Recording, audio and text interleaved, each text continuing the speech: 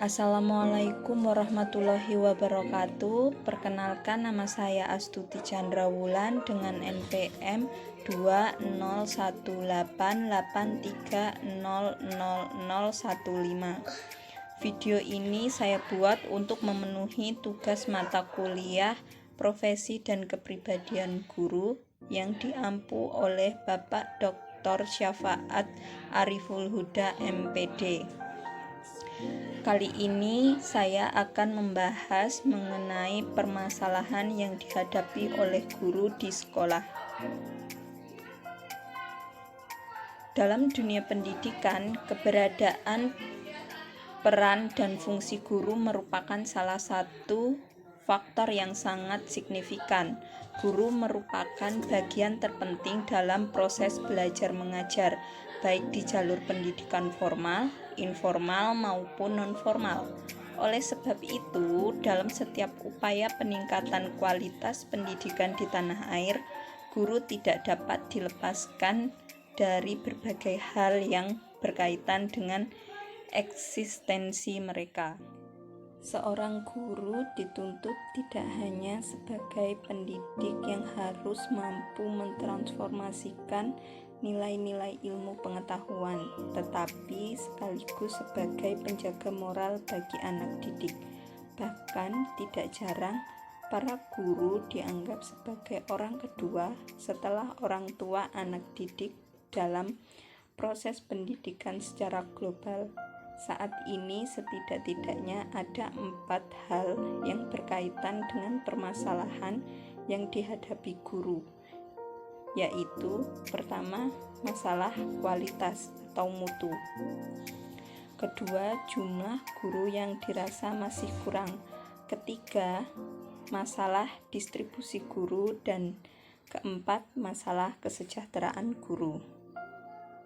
Dalam sebuah studi, The Conversation menyatakan bahwa proses rekrutmen guru di Indonesia tak fokus pada pemilihan calon pendidik profesional. Model perekrutan yang problematis ini menimbulkan sulitnya menyaring guru yang tak memiliki passion mengajar, tak melihat kebutuhan di lapangan, dan yang terparah ialah tak memperhitungkan kompetensi guru. Tak bisa dimungkiri, profesi guru memerlukan kecakapan kerja yang kompleks. Idealnya, guru memiliki kemampuan mengajar yang efektif, komitmen, serta motivasi yang tinggi dalam mendidik. Passion dan kecintaan para guru dalam pengetahuan juga merupakan hal yang harus dimiliki. Akan tetapi, proses rekrutmen ASN pada umumnya hanya fokus pada wawasan kebangsaan dan pengetahuan umum, alih-alih kompetensi mengajar. Alhasil, kandidat guru terbaik pun tidak dapat tersaring optimal. Dalam perjalanan awal karirnya, para guru ini merasa bahwa mereka hanya ditekankan untuk fokus pada kepatuhan administrasi, kehadiran, dan kedisiplinan. Sementara itu, kecakapan mengajar bukan menjadi prioritas. Dari latar belakang di atas, kita ketahui bahwa masih banyak permasalahan yang dihadapi guru di dalam kelas, di lingkungan sekolah, maupun di pemerintah. Salah satu permasalahan yang sering dihadapi oleh guru yaitu dalam proses belajar mengajar di dalam kelas. Ada beberapa kendala yang sering kita hadapi. Yang pertama, penganiayaan terhadap siswa yang lebih lemah atau bullying. Kasus bullying sudah jamak terjadi di sekolah. Bullying sepertinya menjadi salah satu cara bagi siswa yang lebih besar untuk menunjukkan dominasinya di sekolah atau berkuasa di sekolah. Kemudian ada solusi untuk mengatasi hal tersebut. Yang Pertama, buat waktu khusus untuk berbicara dari hati ke hati dengan siswa pelaku bullying. Jangan memposisikan diri sebagai interrogator atau petugas keamanan. Tunjukkan perhatian kita untuk bisa mengetahui alasan apa yang melatar belakangi terjadinya tindakan bullying tersebut. Kemudian, katakan bahwa bullying atau perilaku agresif tidak akan pernah diizinkan di sekolah. Hal lain yang tak kalah penting adalah bagaimana seorang guru juga dapat melakukan pendekatan dan pendampingan terhadap korban bullying.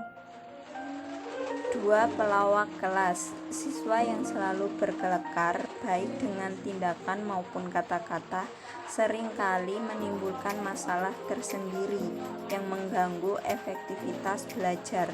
Ini bukan berarti bahwa humor tidak penting.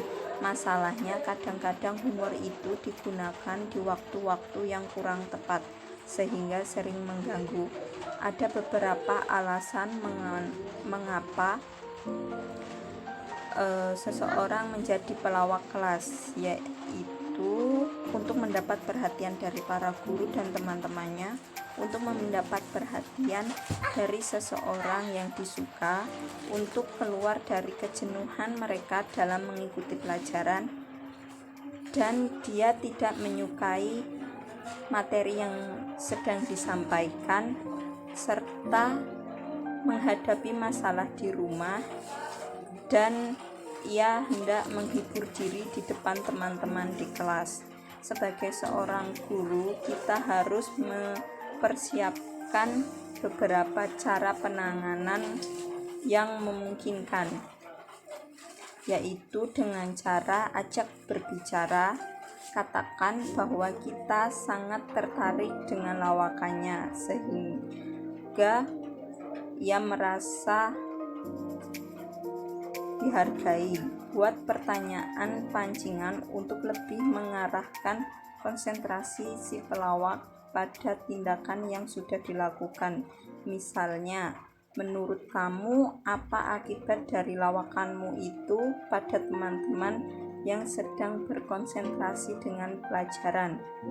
Berikan satu waktu khusus bagi si pelawak untuk mengekspresikan lawakannya di depan kelas, dan kita menikmatinya beserta teman-teman yang lain.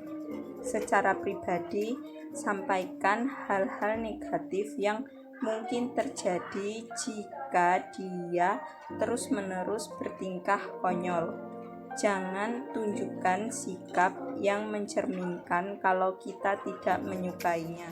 Permasalahan yang ketiga yaitu siswa tidak mau diatur.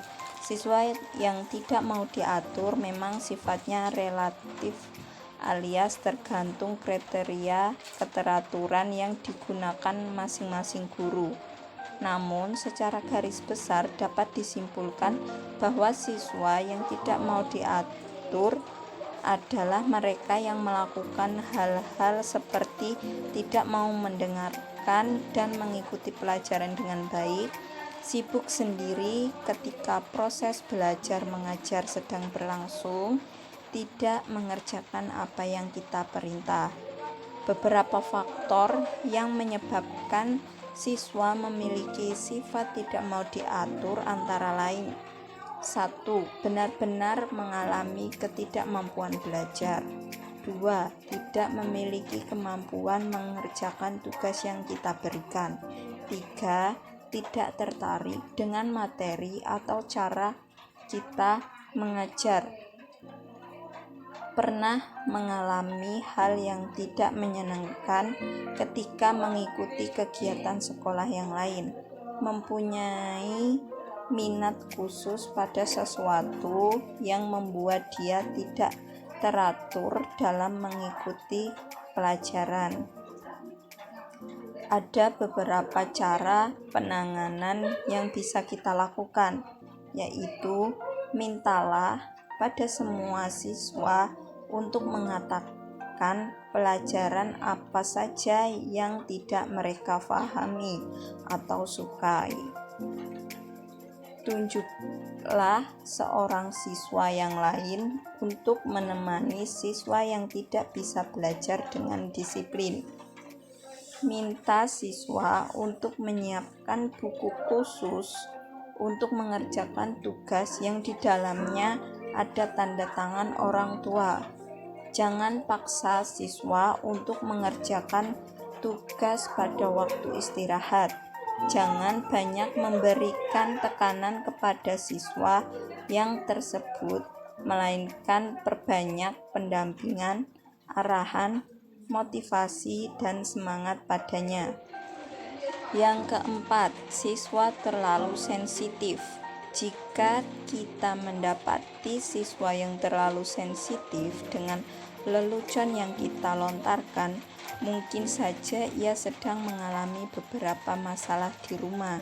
Misalnya, tidak memiliki rasa percaya diri yang baik, pernah mengalami hal yang tidak menyenangkan dengan lelucon seperti itu, sering dijadikan bahan lelucon oleh teman-temannya. Adapun cara mengatasi masalah tersebut yaitu jangan menganggap bahwa sifat sensitifnya sebagai sesuatu yang salah. Coba untuk mengurangi intensitasnya, tumbuhkan rasa percaya dirinya, ajari dia kemampuan untuk menanggapi lelucon dengan cara yang bersahabat. Ajak siswa-siswi untuk bermain peran. Berilah motivasi untuk berpartisipasi dalam berbagai kegiatan, namun jangan memaksanya. Berilah pengarahan agar siswa yang lain lebih menghargainya. Yang kelima, yaitu tukang ejek. Ada beberapa kemungkinan mengapa seorang siswa menjadi tukang ejek, antara lain yang pertama, kurangnya mendapat perhatian. Yang kedua, kurang percaya diri. Yang ketiga, dulunya menjadi korban ejekan teman-temannya sehingga berusaha melakukan hal serupa sebagai balasan dan pertahanan diri. Yang keempat, memiliki problem pribadi yang tersembunyi. Adapun beberapa kiat yang bisa kita terapkan untuk mengatasi anak yang sering mengejek, yaitu cari sebanyak mungkin alasan yang membuatnya senang mengejek orang lain. Berilah penjelasan bahwa mengejek dapat melukai perasaan orang lain. Jangan memberikan ancaman untuk mengatasi masalah ini. Ajari dan bimbing siswa untuk menjadi orang yang optimis menghadapi suatu masalah. Permasalahan yang dihadapi oleh guru di dalam kelas akibat perilaku buruk siswa dapat disimpulkan bahwa setiap perilaku buruk memiliki sebab dan akibatnya. Oleh karena itu, untuk menyelesaikan masalah tersebut atau mengatasi masalah tersebut, guru harus memiliki kompetensi sosial yang baik. Dengan kompetensi sosial yang baik, guru dapat berinteraksi dengan setiap siswa dan mengetahui karakteristik setiap siswanya. Demikian penjelasan dari saya mengenai permasalahan yang dihadapi oleh guru. Kurang lebihnya mohon maaf. Wassalamualaikum warahmatullahi wabarakatuh.